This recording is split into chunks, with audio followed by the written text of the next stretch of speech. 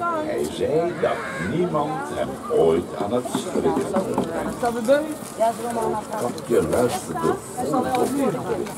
Mij krijg je ook niet aan het schrikken hoor.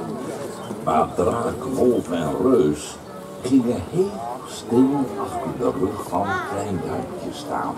Ze hoorden hem tegen een kapje praatjes maken over hoe stil hij wel was.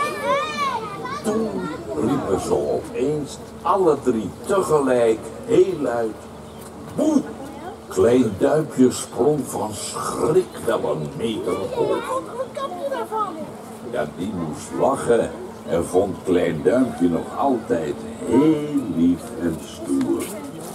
Zeg nou zelf, wie zou er niet schrikken als opeens wolf, reus en draak achter je rug staan en boe roepen? Ik zou niet schrikken hoor.